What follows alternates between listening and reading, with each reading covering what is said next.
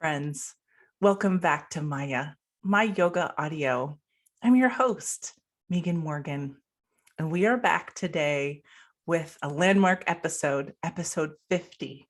And can you believe we've gotten to 50 episodes so far? It's been 2 years.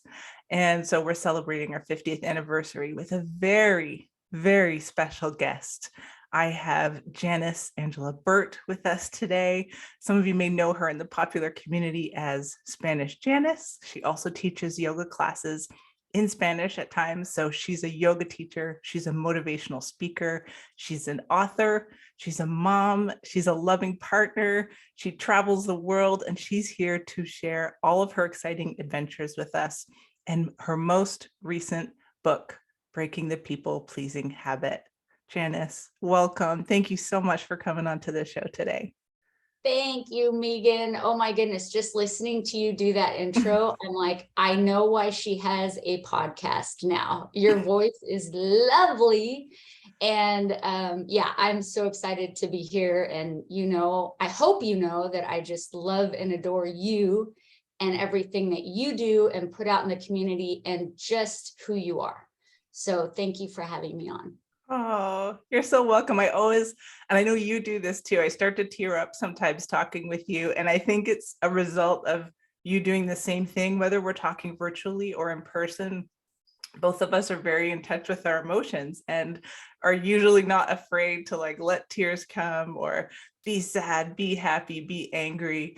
And that was most recently, I had an experience with you earlier in the year where we both attended a book event at Athleta here in the Roseville area of California. And you read an excerpt from one of your previous books, and I read an excerpt from mine.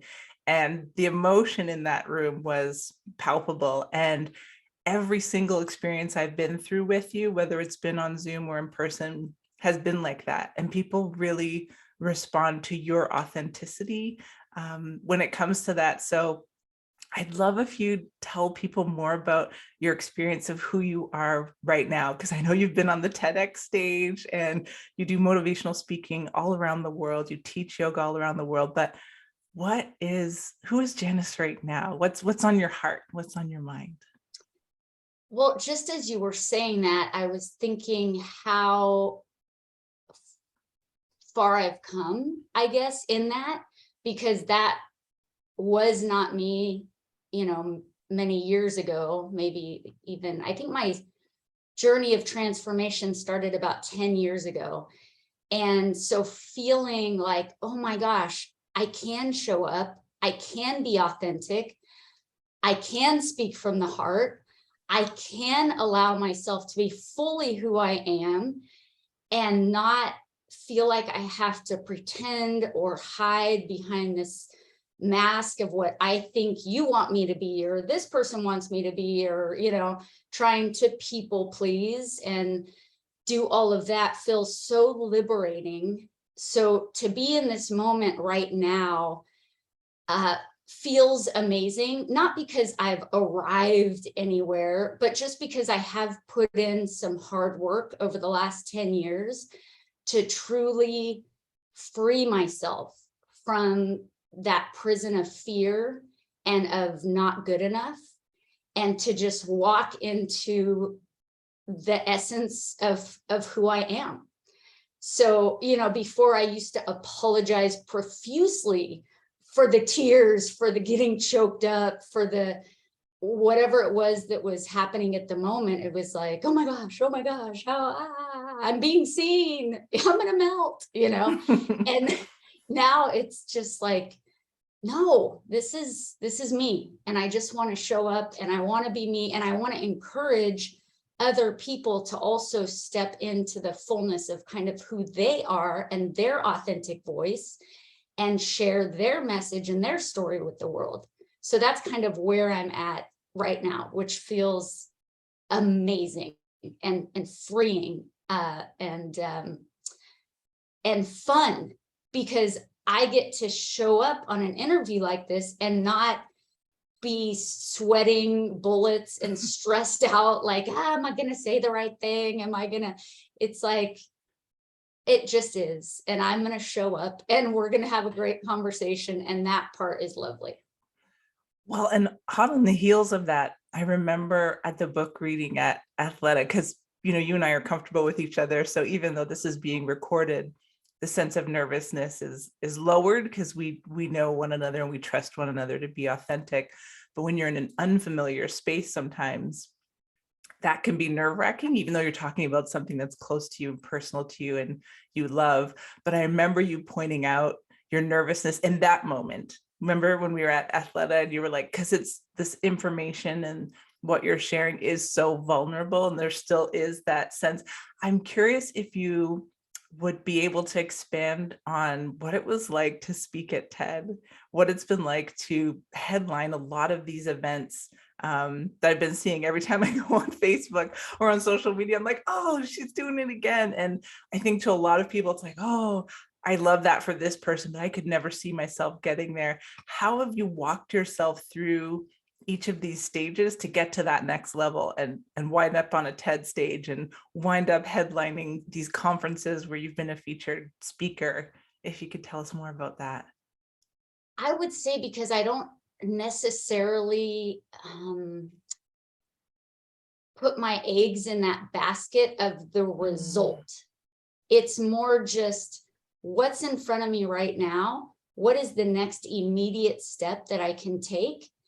And showing up for that one, showing up for whatever the next immediate step is. Because if I were to sit there and think, I mean, I want to have a vision. So I'm not knocking having a vision. I think having a vision for something that you want to do is super important, but not when you're just like, it's the be all end all, is this ultimate result and you're not able to live in this moment, so it's kind of like having that goal but holding it loosely and knowing like, oh, okay, yeah, it would be cool to speak on a TEDx stage. Now, what are the little baby steps that I could take just right now that gets me a tiny bit closer maybe to that goal, and then I don't feel so overwhelmed or so disappointed. Let's say if that thing doesn't happen, it's kind of like, just what's the next step? What's the next step? And so even for the TEDx talk, I feel like I cheated a little bit in the sense that it was during more the pandemic. And so there weren't a lot of in-person things. So my talk was recorded and done virtually. So I didn't have the exact same experience of the nerves and the pressure of like being in front of the audience and that kind of a thing, which makes me think, oh, that might be kind of cool. Maybe I'll in the future try to do one actually in person. But yeah, I would just say it's the next step, the next baby step. Too many times I feel like we get so overwhelmed that we just don't take any steps, or we just don't show up at all. And then for sure, nothing's going to happen, if you're on that path. Would you say, I'm curious if your writing process and your experience of life led you towards wanting to be a speaker? Did that kind of flow organically, or how did that come about? As far as writing the most recent book, or what do you mean? Probably, I guess all of them, because you have 3 books total, right? And I know they came out of your, your personal life experience and wanting to share that with the world. And I'm curious if kind of unleashing your voice in that format with the written word led you to want to speak publicly, or if they were more intertwined, or did somebody say like, hey, you have an amazing story to tell, you should be on stage? I'm just wondering about that. No, so all of that happened. So I went through a divorce in 2012. And so, yeah, that's 10 years ago. Crazy how time flies too. I'm like, oh my gosh, that's 10 years ago. So I went through a divorce, super rock bottom moment. I was very much a people pleaser, codependent, didn't know who I was, felt scared to just exist in the world, basically. But I just had this realization of instead of doing this victim mentality blame thing that I was caught up in at that point, like it's his fault, this person, it's that. I was like, but I'm kind of the common denominator in my own life. I am me, I'm here. What am I doing? How am I showing up in the world? So I decided that I was just going to walk through these fears that I had, because I could tell I was so stuck and paralyzed in that fear state that it had just gotten really, really bad. So I thought, okay, I'm going to join Toastmasters. I'm going to start speaking, because I knew I was holding too much in, and I needed to express myself, because like you said before, we're both very emotional human beings and have a lot of feelings. And I had gotten really good at repressing all of them. Mhm. So I'm like, enough. I need to step out of that, and I need to start expressing my voice and sharing my experience. So Toastmasters, where you learn how to public speak and, share your story, I thought, well, that's a good place to start. So I joined Toastmasters, started speaking, and I told myself, when I join this, I'm going to show up authentically. I'm going to tell my story. I'm going to talk about some hard truths about my life that I felt were poison to me, that I needed to express. And so I, for whatever reason, felt like this would be a good platform to do it.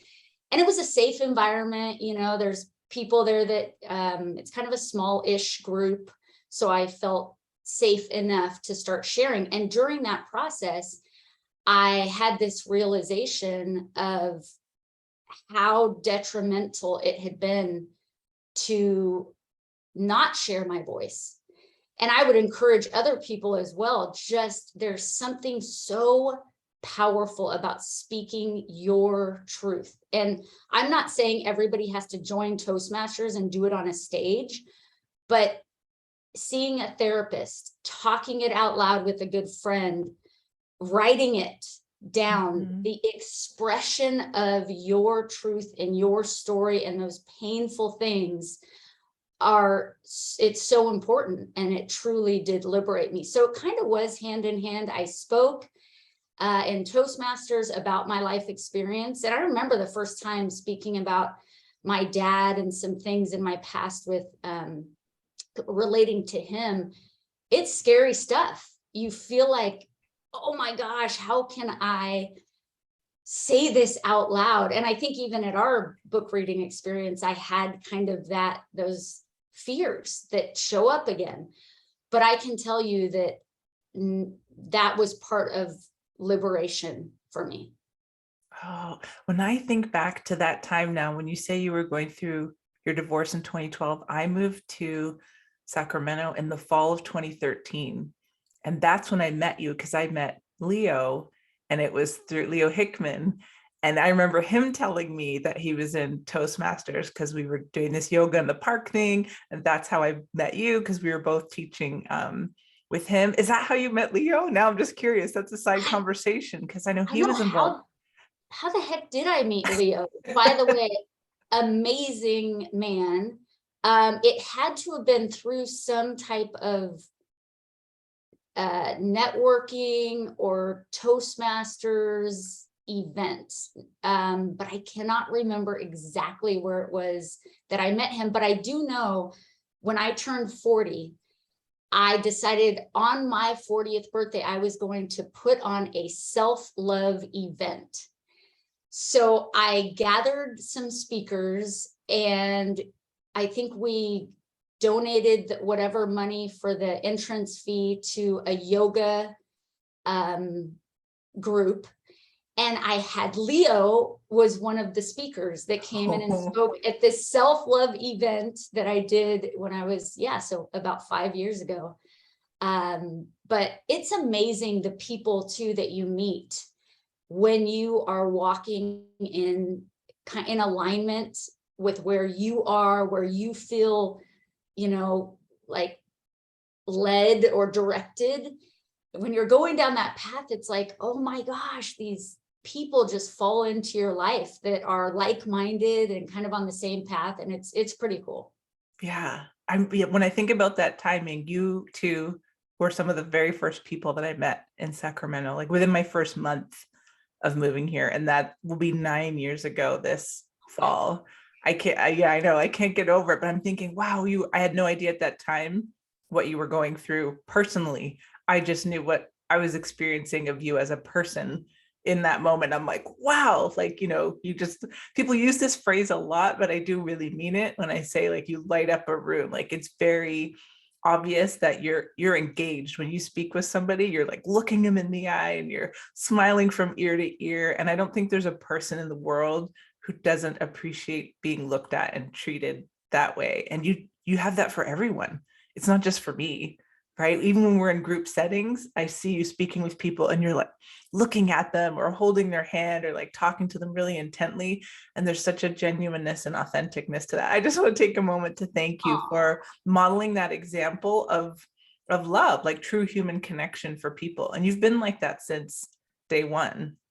So that's just one of the things that makes you so special. And I want to return to the yoga for a moment, because that is how we met, was through this kind of community yoga teaching experience. So I know you're also fluent in Spanish. You've taught yoga classes in Spanish, and you also travel to teach yoga. I wondered if you'd touch on that a little bit, because I love seeing your adventures and in acting. I think your acting takes you to different places, but how did you get involved, or what can people do to find out more about travel teaching? Oh, and it's a cool thing that I'm not sure how I found out about it, but it's called Fit Bodies Inc. If you go online, and this woman just created an amazing business. And she basically would go to these resorts. Actually, the way it started, she went to a resort. It was an all-inclusive resort. And the yoga teacher was one that just, was like a fitness instructor all around and didn't really know yoga per se. And so she was teaching it incorrectly. So this woman felt like, if you do certain things and you're out of alignment, you can injure yourself and things like that. So she just mentioned to the manager, it might be a good idea to have somebody who's actually certified, qualified to teach yoga. So anyway, long story short, she got involved in this business where now, it is like all around the world. You can go to, Club Meds, Secrets, all of these all-inclusive resorts, and it's kind of an exchange of your services with a vacation. It's like a yoga teaching vacation, which to me, I'm like, how amazing to be able to incorporate two things that I love. And plus, the one reason I started teaching yoga to begin with was because I know how to trick myself into doing things that are good for me. Because I knew how amazing yoga was for my mental, physical, and spiritual health. But of course, being a human being that I am, I was really good about talking myself out of actually showing up as often as I wanted to do it. So then I thought, well, if I'm teaching, I have to show up, I have to go teach, I have to be there. So it was like a little trick, that I played on myself. So it's even better because when I'm on vacation, I love incorporating some type of physical activity to my vacationing. I just do better mentally when I'm active. But sometimes I'll get in that mindset of, I'm on vacation, I'm just going to sleep in forever and like drink way too much and do all these things, but then I end up feeling like, not so great. So this way I can go and I teach every morning at this resort. I get to connect to people there. I get to feel good about myself. And then I have the rest of the day to like enjoy this amazing paradise. So anybody that teaches yoga or they do Zumba, different types of fitness classes, check them out because it's a blast to go do that. And having that balance in life of incorporating, that work-life balance where it can really flow and just feel like it's all connected. Yeah. that's one of the things that amazes me about watching you flourish, even up close and from afar, is how you seem to, I'm sure there's moments of chaos, but you seem to seamlessly integrate all of these things. And I was hoping we could get back into talking more about your writing, because I know your newest book is doing so well. I don't know if you want to launch into more talking about that, or beginning with the first two books that you wrote and leading into that. But I just want to share with everyone how excited I am for your latest book and all your new adventures in life, and more about that process. That's one of the questions I probably get the most from people when I talk about my book. They have a lot of questions like, how did you get to this point? How did you publish it? How did you go about doing it? What was it like writing it? Who did you get to edit it? And there's a lot of process questions, interestingly. So I don't know if that's anything you would want to touch on, but also what the book is about, because I think everybody needs to read it. It's short, especially your last one. It's short and sweet. It's like 6 steps. Anyway, I'll let you talk about it. Well, as far as the process, I would say for anybody thinking about writing a book, there is this, for me, and I know everybody is different, but I feel like perfectionism holds us back from doing so much good in the world. And so my book is not perfect. There are parts that irritate me because there are a couple typos in it and things where I just go, how did that happen? But part of it is because I was just kind of pushing to get it out there, because for me, it was more the message that I wanted to talk about than the perfection of my writing or the, that part. And even that, I feel like there is a balance to that. You obviously don't want to put out crappy work, where it's just like, I don't care at all, and I'm just going to throw this out there. And, you want to be diligent and mindful and put out good work. But I just feel like there's something about that perfectionist tendency that holds people back from impacting the world. So it more is kind of, what is your intention with this book, with this message? And so for me, I signed up for a write your book in 30 days challenge. It cost me $99 because it was on my heart, like this concept of people pleasing. And because I had felt a certain measure of freedom from it and transformation, that I was like, oh, I feel like I could share a little bit about what my process has been, and that hopefully will be helpful for some other people out there. So I'm like, but yeah, where do you start? Oh my gosh, how do you put together a book and incorporate the stories and the points and all of that? So I was like, okay, I'm going to join this 30-day challenge. I joined it. I wrote a big chunk of it. And then I got really kind of stuck in like, how does this flow? How do I do it? So I set it aside for, I want to say like 7 or 8 months. Didn't look at it, didn't touch it, almost was just kind of like, I don't know if that's ever going to happen. That was like a cute little, adventure. And then there was just something on my heart where it was like, just pick it up again, look at it again. So then I went through and did a little more of the analytical part, because the first 30 days was more that creative, like, okay, I'm just going to go. I'm not going to think too much about what makes sense, what doesn't. I'm just going to get stuff on paper after, of course, doing an outline and such. And then I went back and did more of the analytical and the editing and putting together the steps and that sort of thing. So that was my process in it. But my main encouragement for people that are looking, that just have it on their heart, if it's a heart thing, to follow that, first of all, and then to not get stuck in the perfectionism component, and to get help. Outside help is a beautiful thing. Yeah. When you got to the point, do you want to talk about what the 6 steps are? Or do Sure. you want people to read that more? I know the details are more in the book. But yeah, just tell us the title, I guess. Yeah, the main 6 steps.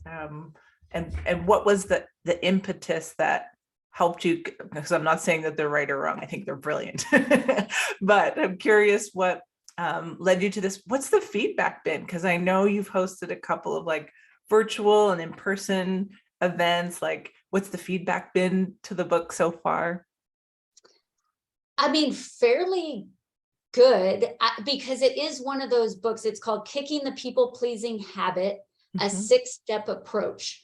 So I kind of just broke down the last 10 years of my life. I had to kind of look at my life and go, okay, here was my rock bottom. Here are the things that I did. And here is where I am now, where I'm feeling good and free.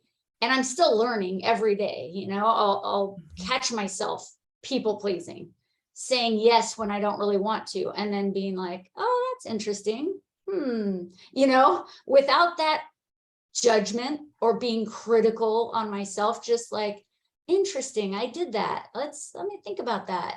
And then just, I'm going to try better next time, kind of a deal. But the first step, which has to be the first step, is choose awareness. Because without the awareness that what we're doing is people pleasing, then, you know, there's no point in doing anything else, because you're not seeing it yet, you know. Right. So you have to have the awareness before you do any of the other steps. And the other steps are not linear. And, you know, it doesn't have to be this and this and this. Like, I realized I kind of did all of them together, that flow that we were talking about in life. Yeah. But it's choose awareness, identify and heal emotional wounds, which is a really tall order and a big one. The third one is to, let me see if I can even remember these. So we have that one. It's to develop or cultivate and develop self-love, which is huge. Establish boundaries is another one.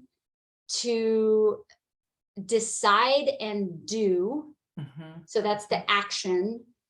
And then the envision and stepping into the highest version of yourself, which I know there was your story that I put into that chapter, because I love your story. And like I said before, who you are. And so your ability to be able to have these visions and these moments of seeing things in your life, to then be able to step into the highest version of yourself, I felt like was such an amazing, great story to add in there. So I think I got all 6 steps. Yeah. You did really.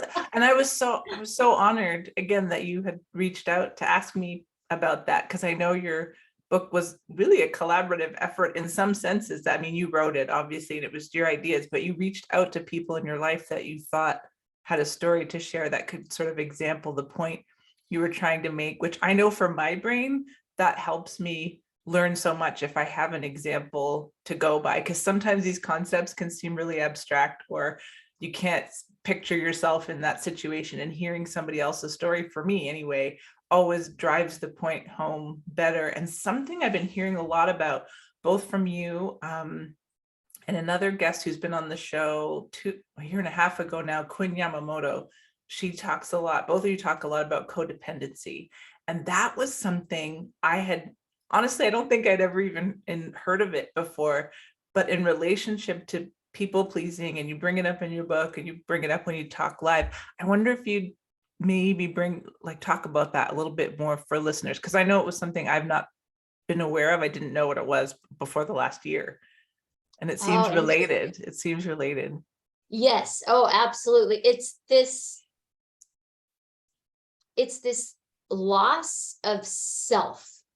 So not having a solid sense of self and trying to get that through your connection to somebody else. So being super dependent on this other person in your life to fulfill you, to validate you, to have you believe that you're good enough in this world. So you're just waiting to either get their love, get their validation, to prove yourself to them so that you can then feel like a whole person, like you're loved, like you're valuable, like you're worthy. And it really is like a siphoning, a leech. I felt like a leech, like I just wanted to become kind of just be in my ex-husband's everything and Okay. have him make all the decisions, have him just do everything, is kind of what it ended up being in my marriage. And so I lost all sense of self, my voice, who I truly was, any of my values that I held dear. I would just be like, well, I'm going to just set those aside because this is what he wants. This is what's going to make him happy. And in turn, then I'll be okay because that will validate me. So that was kind of where I was at in my life. And it's not, it's just not anything I wish on anybody, because it's a sad place to be, to feel like a shell of a person. I mean, I literally felt like there's no me. So working through that, and that I think is why I started doing such interesting things in these past 10 years and just exploring and being curious about life, because I had such a lack of a sense of self that I was like, I'm going to try bodybuilding. I'm going to try to run a marathon because that seems impossible. I'm going to write this book. I'm going to start speaking. I'm going to play tennis or golf. I'm going to learn these new things. I'm going to act because that just sounds fun. And, but I was too scared to do it before. So finding these things that made me feel alive, made me feel passionate, made me feel like I'm having fun, like life is an adventure.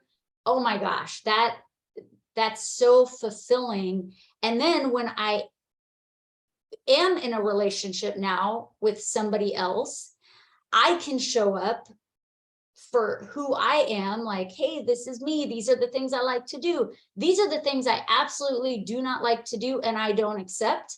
And, and then that other person can show up fully who they are. So part of it, I mean, I got married really young. I was 20, my ex-husband was 19. So we're figuring these things out together. And I just became very codependent. I'm understanding so much better now how that interplay works in both in a relationship and for a person. That was probably the best description. I love it. Thank you so much for sharing that. I think probably all of us, to a certain degree, if you're in any sort of relationship, needs to investigate that a little bit. Not saying everybody has that issue, but those tendencies that you described when it comes up, rather than immediately finding fault or flaw with that other person, looking at where you are in the relationship, what your expectations are, what your sense of self actually is, and also within that relationship. That's super helpful. Yeah. Super And the helpful. feeling, if you're clinging, I remember having this feeling of desperation. It's like I'm clinging, as opposed to releasing, surrendering, allowing is such a different thing than like clinging, desperation, forcing. So just being mindful too of how you feel in that regard. Am I clinging desperately to a relationship, to a person? And if so, just, getting curious about that. Why am I clinging so much? Maybe there's, that fear of loss, that fear of not being good enough, all of these different fears, and then working on deep breaths, I mean, more than anybody, like those belly breaths and the sitting in stillness and just releasing and surrendering. It's a different force inside, it's a different feeling altogether.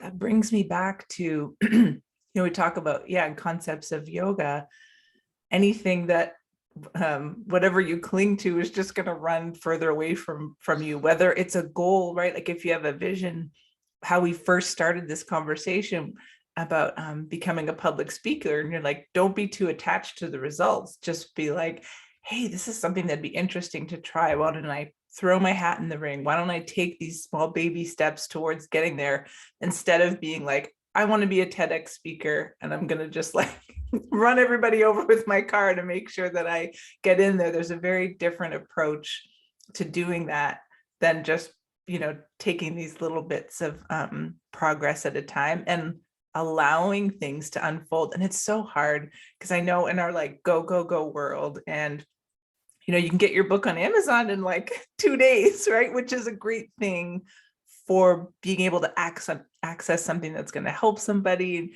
You can get this book quickly, but when we take that approach to absolutely everything in our life, it doesn't work, right? Because you can't have that instant gratification. You can't instantly people please. You can't instantly become self-aware. These are all the works in progress. And to return to your book for a moment too, that's when I keep rereading sections of it, because I feel like I need those reminders as I go through life. I don't feel like there's ever going to be a day, maybe when I like die for real, when I'm finally on that final deathbed, that you might come to that sense of having arrived at some place. But I sort of feel like that's what life is figuring out how to navigate sometimes repeat cycles, because you'll think you've mastered something and then it crops up again. And it's like, oh, I got to do this work again. And so I don't want people out there to be like, well, how can she get to this stage and I can't get to this stage? Like, why do I keep getting stuck in part 2 or part 3? I just think it's kind of a formula or like a recipe that a well-worn, dog-eared thing that you keep returning to, because it's a constant work in progress. And there's going to be, the pace of technological progress, humanity, the things that happen in our world, we're constantly forced to shift our position and like how we feel about things and how we're going to approach something. But we have to keep returning to these basics to figure out how we can respond. Anyway, that's my thoughts about it. But that was so well said. And I think that is 100% is like, let's go back to the basics, to, breathing deeply, to drinking a lot of water, to just sitting in the park somewhere and, watching the wind blow the leaves around. And there's something actually magical, I feel like, about being in that state, especially in the way our world is right now with technology. And this is something I talk to my kids about too, because just the state of frenzied angst and,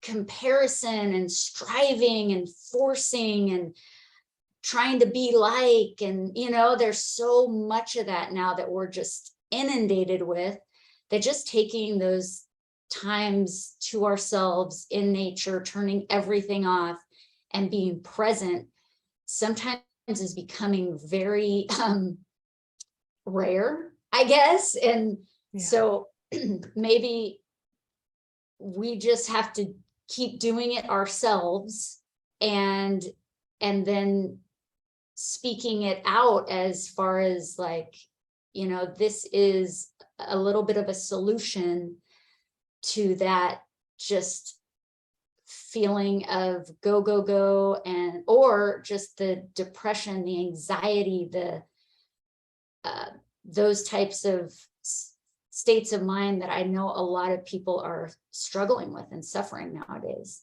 Mm-hmm. I'm so glad you touched on speaking with your children about this, because I know, you're a mom and you're in a relationship with a partner. I'm wondering if you'd tell us more about your evolution as a person, as this constant work in progress, how that may or may not have changed things in relationship with your children, and the way you've spoken a little bit about with your partner, allowing them to be the person they're going to be and having their boundaries, and same thing with you. So you're better together as a couple. What about with your kids? I think there's a lot of our listeners have both young children as well as adult children. My kids are adult age, even though they're still like 2 and 5 in my head.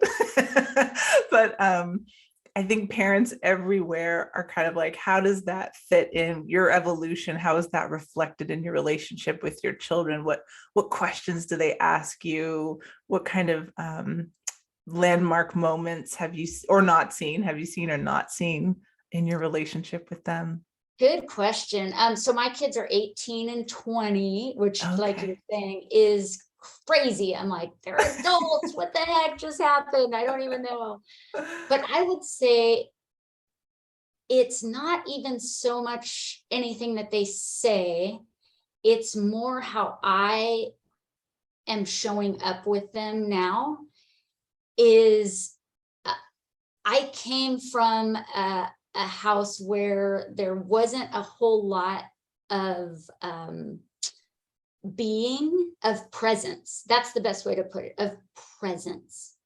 So I didn't really have that example of when somebody's like really listening to you, or like you were saying, like you're their universe right there. If they're talking, you're all ears, you're all in, you're like there for them. So I didn't really have that as an example. So when my kids were younger, I feel like I was really good at doing all the practical things for them and getting them here but as far as being a good listener and just connecting to them, that's it, the connection, like my heart is here, your heart is here, we're connecting, I'm asking you questions, we're going deeper. That didn't start happening until a couple of years ago, honestly, maybe 2 or 3 years ago, where I just really started realizing I'm not being present. And so even if I'm there, we're here, my mind is somewhere else, I'm not actively engaged. And I think as soon as I had that realization, right, awareness, Yeah. then I could start doing things to actually change that. So even now, I'll find myself, if we're having a conversation and I notice I'm distracted mentally and I'm just not really there, or, I'm more concerned about myself, or, what I want to say next, or whatever that is, then I just go, okay, wait, be present, like tune in to your children's like hearts, to what they're going through. Like they are these precious human beings that you're not going to have, we feel like we're going to have all the time in the world, and I go, that's just not the reality. The reality is we're not. And I don't ever want to look back and say, man, you just weren't really there. So yes, working on presence, I think, has shifted and changed our relationship. And I find them telling me more things, being more engaged. I came also from kind of a judgmental background. So I just have really worked on removing any judgment or critical comments to my kids, and just pouring love and encouragement into them. And I think that has been the biggest shift, and a gift. I mean, yeah, for both of us, for all of us. You know, I have 2 kids, so all of us. Yeah. Yeah. It's been cool. Oh, that is so beautiful to hear. It's the number one lesson. There's a quote from Toni Morrison, who's one of my favorite authors, and she said many years ago before her death that when her kids were growing up, that the main thing she wanted to be concerned with and to share with other parents was, does your face light up every time they enter the room? And in a real life world, that's impossible, right? Because when I think back to when my kids were little and we were commuting and we had these long hours, that's my biggest regret, is that I didn't have more one-on-one present FaceTime with them. And I'm like, did my face light up every time? And, you know, it's physically impossible. But if we aim towards having that, that kind of relationship whenever we possibly can, and that's essentially what you just said, is just presence, just letting them know that you're there and you're listening and you're watching. It doesn't mean everything has to be complimentary. Of course, you're raising children, right? There's going to be moments where, you know, things come up that are uncomfortable, or they need discipline, or it's like, you still got to do homework, like, you know, all that stuff comes up. But those are the things that they remember. And I've started having, as adults, conversations with my kids for the times where I felt that I didn't, like things that I remember, and going back and like preemptively apologizing. Like, I remember this one time, and 99.9% of the time they don't remember that. They're like, okay, mom, whatever, like, it's fine. But I also want to take that step first without like waiting for them to come to me, and also for them to know that it's okay for them to come to me with things that they remember they experienced, so we can talk about it. Like you said, there's a lot, I think, in our families, historically, socially, it's like we just don't talk about quote unquote negative things. And so all those feelings, all those experiences are invalidated for a lot of people because they feel like they can't. And it doesn't have to be World War II, World War III, like it can just be a conversation. But because it's been tamped down for so long, it becomes this big, ugly thing that we can't deal with. And so just being present for just that moment and what's happening right now between you and I, like it just can only, you can just make it be that moment. It doesn't have to be the 20 years that preceded it. So I thank you. Absolutely. And it's Yeah. always going to be how you make someone feel. You know, they're not going to remember what you do. They're not going to remember what you say. It's how you make them feel. And so ultimately, yeah, that is the them feeling loved, them feeling accepted, them feeling encouraged. That's what I want to leave, you know, for my kids. And you're right, it is, it's different now that they're adults. Yeah. Versus, you know, when you're actively disciplining. I mean, not everything can be like an encouragement. I mean, sometimes you have to say, hey, no, that's not okay. We're not doing that. And, you know, but at this stage in my kid's life, yeah, there's something about love that changes people, not judgment. And, you know, I'm still learning that. One of the most impactful moments I had during my yoga teacher training was during a meditation where I kept hearing these words, purge judgment and fill me with love. And it just kept repeating over and over, you know? Wow. My arms, the hair on my arms just stood up. Yeah. Oh yeah. It was powerful because in my mind somewhere, there's something that says, no, but if you love, they're not going to change.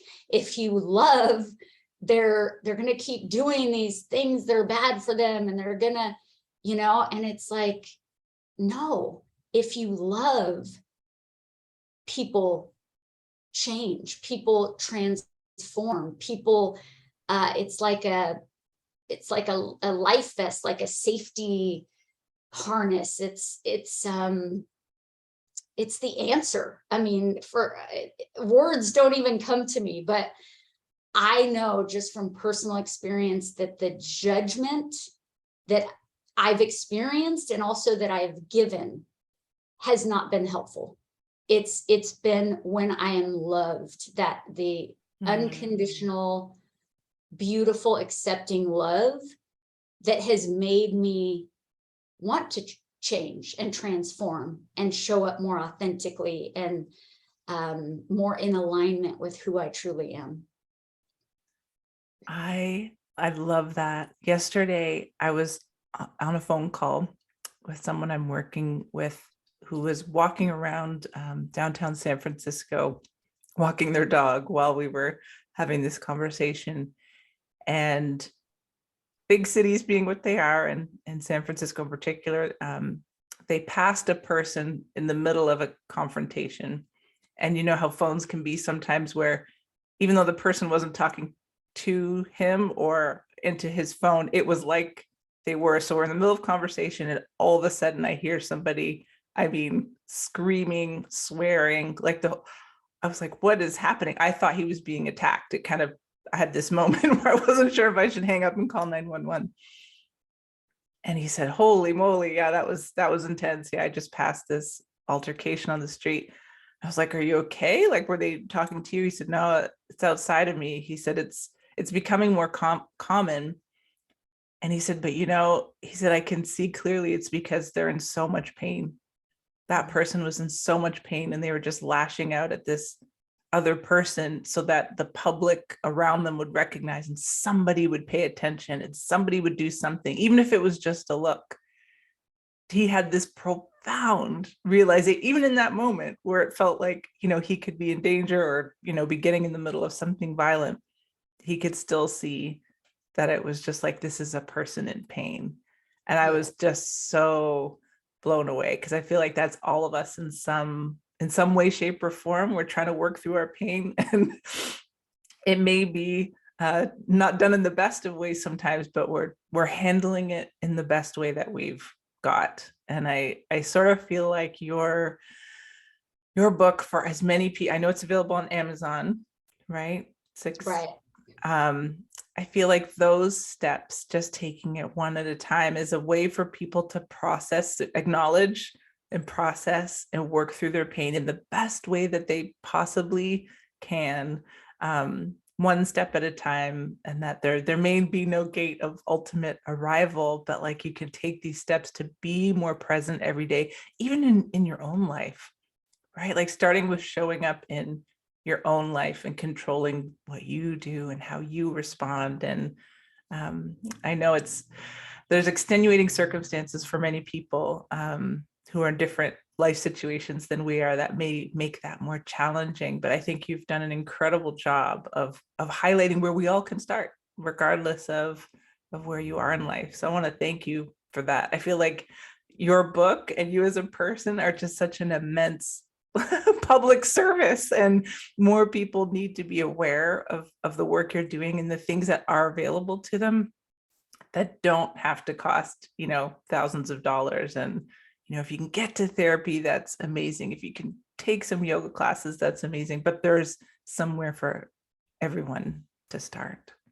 Yes. Oh my gosh. So well said. And yeah, I don't have all the answers. I don't claim to have all the answers. I just, whenever I get too distraught by the world around me, by, negative circumstances and things going on, I just say, okay, wait a minute. What is in my power to control? I am in my power to control. And that's kind of about it, honestly. So I go, okay, this here, instead of, blaming and I have a solution for you. I have a solution for you. This is what you need to do. What do I need to do? Because like you said, it's an onion. It has layers.